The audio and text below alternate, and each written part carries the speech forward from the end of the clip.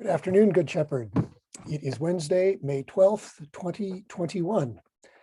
And while this is a picture from last year, it's beginning to look a lot like this out in front of the church, thanks to Renee Shetter's great work there. And I hope you all get to see it soon. I want to start this afternoon with a reading from the Acts of the Apostles. And it's a story about Paul trying to engage in missionary work. And you may recognize it. It's not that popular, but you may recognize it. So it's from Acts 16, starting at verse 6.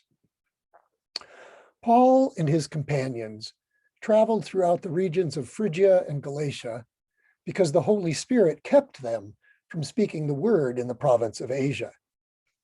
When they approached the province of Mysia, they tried to enter the province of Bithynia, but the Spirit of Jesus wouldn't let them. Passing by Mysia, they went down to Troas instead. A vision of a man from Macedonia came to Paul during the night. He stood urging Paul, "Come over to Macedonia and help us." Immediately after he saw the vision, we prepared to leave for the province of Macedonia, concluding that God had called us to proclaim the good news to them.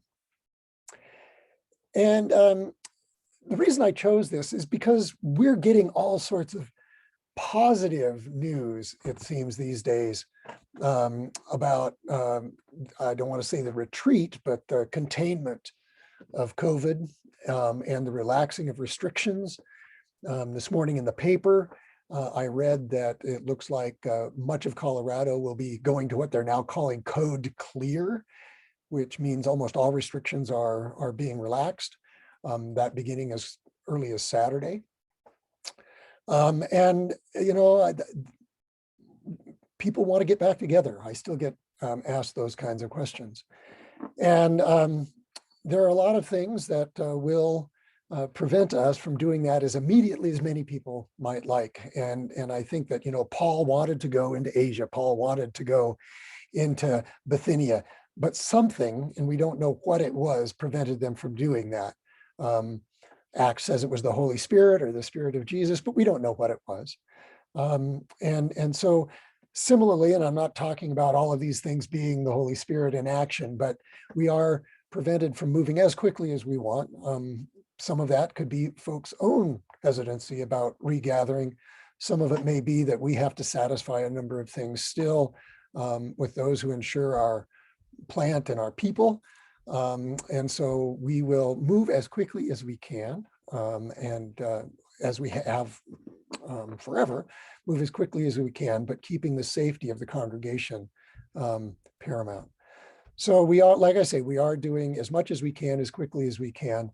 And as I've said before, we're hoping to meet outside. I'm not sure that's going to happen this Sunday, hoping to meet outside on Sundays. But we've made provisions for meeting inside and do that as safely as we can. So just know we will be meeting for Eucharist from here on out for those who feel safe enough to come, confident enough to come, and we will make sure that we will do all we can to facilitate that. I did learn yesterday, I've been in clergy conference the last few days, but I did learn yesterday that we should hear next week about singing.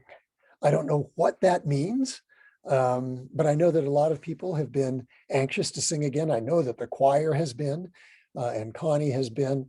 I don't know what that means, whether that's singing with masks in church is going to be allowed.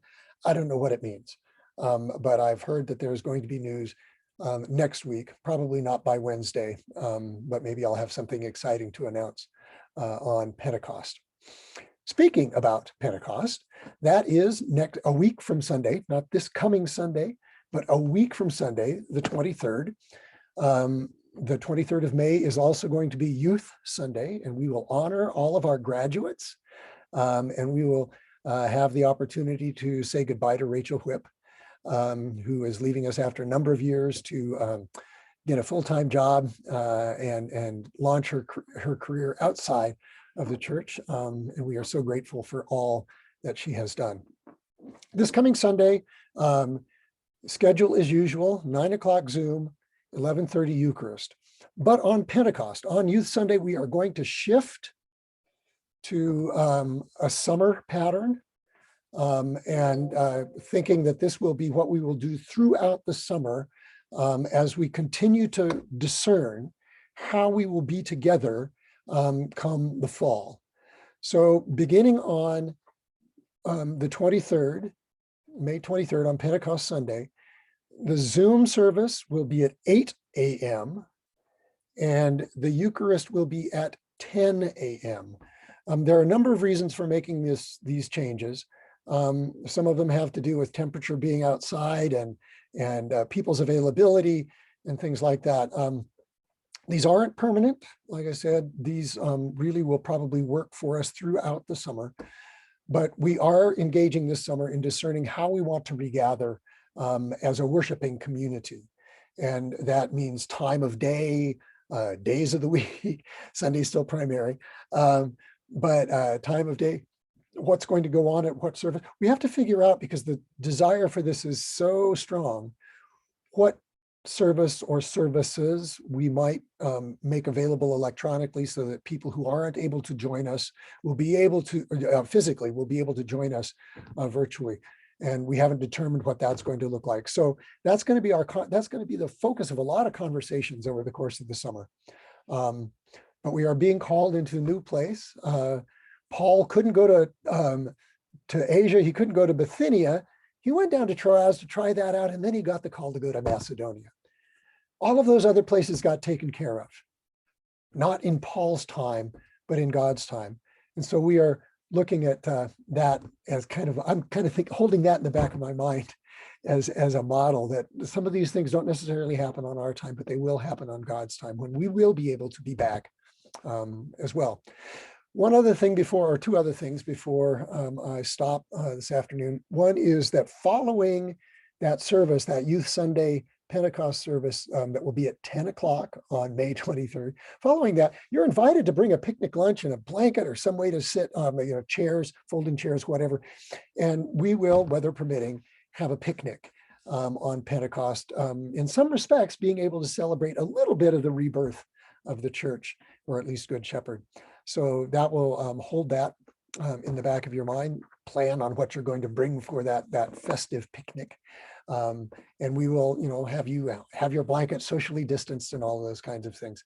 And then the last thing I just want to say is a reminder that this coming Sunday for the Faith Forum, we will continue the conversation that we began last week on the Bible in the newspaper. How do we engage as Christians in this world when there's so many social demands being placed on us about how we care for everything from creation to our neighbor. So that again will be at 10:15 this coming Sunday. Tomorrow is the Feast of the Ascension. It's a major holy day in the life of the church. I commend you to, if you don't normally make it a practice, find your prayer book, say morning prayer or evening prayer alone or with your family, with a special focus on that amazing mystery, the mystery of Christ's ascension to the right hand of the Father. Blessings, my friends. I look forward to seeing you soon.